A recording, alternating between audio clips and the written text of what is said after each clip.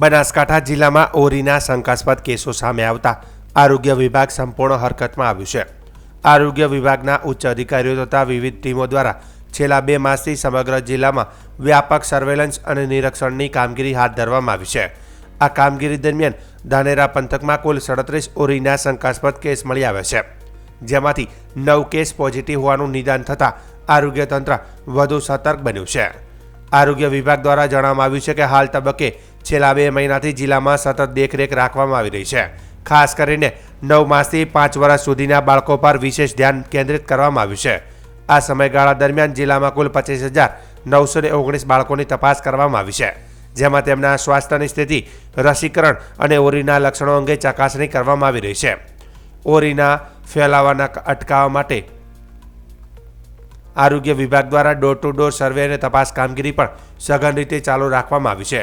આરોગ્ય કર્મચારીઓ દ્વારા ઘર ઘર જઈ બાળકોમાં તાવ, ચાંદા, શરીર પર લાલ ચકતા, આંખોમાં પાણી આવવું જેવા લક્ષણોની તપાસ કરવામાં આવી રહી છે અને જરૂર જણાય તો ત્યાં તાત્કાલિક સારવાર તથા માર્ગદર્શન આપવામાં આવી રહ્યું છે।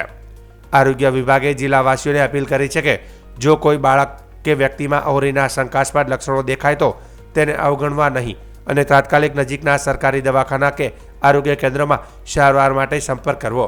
સમયસર સારવાર અને યોગ્ય તકેદારીથી ઓરી જેવા ચેપજન્ય રોગને નિયંત્રણમાં રાખી શકાય છે।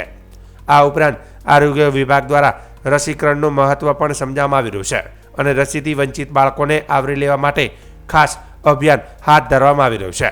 બનાસકાંઠા જિલ્લામાં આરોગ્ય તંત્ર દ્વારા લેવાઈ રહેલા આ પગલાંમાંથી ઓરીના સંભવિત ફેલાવાને અટકાવી લોકોના આરોગ્યની સુરક્ષા સુનિશ્ચિત કરવાનો પ્રયાસ હાલ કરવામાં આવી રહ્યો છે।